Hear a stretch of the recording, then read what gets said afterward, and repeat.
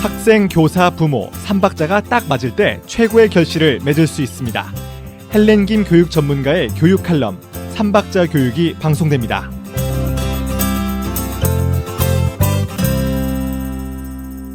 안녕하세요. 3박자 교육 진행의 헬렌 킴입니다.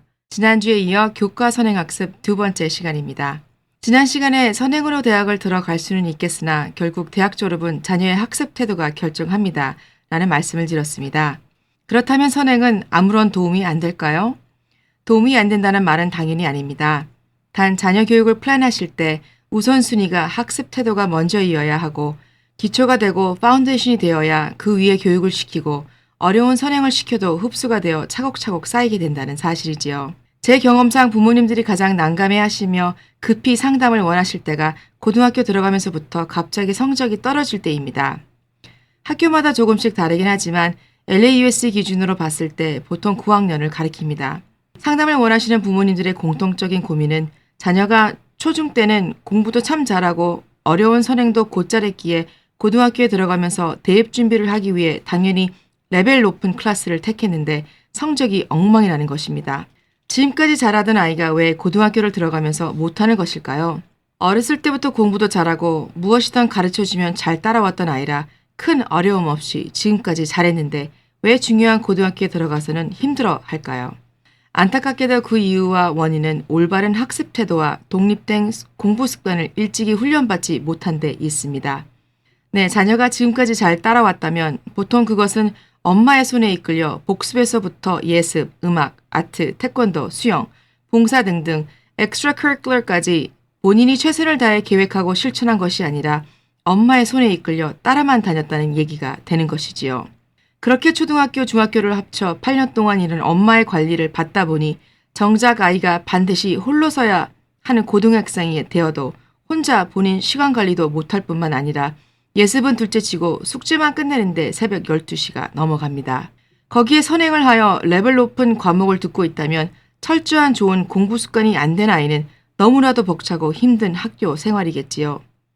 이렇게 벅찬 애캐데믹 공부는 물론이고 이젠 스펙 관리까지 해야 하는 고등학생들에겐 감당도 안 되는 선행학습이 주는 혜택보단 어렸을 때부터 몸으로 익힌 올바른 타임 매니지먼트 스킬과 학습 태도가 뼈저리게 필요하다는 것을 느끼게 하는 시기입니다.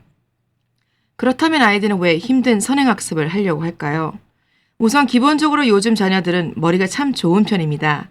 부모 때와는 달리 많은 자극을 어렸을 때부터 경험하는 우리 자녀들은 두뇌 회전이 참 빠르지요. 그렇기에 조금만 신경을 써주면 보통 아이들도 초등학교 때부터 선행을 한다는 것은 그렇게 어려운 일이 아닙니다.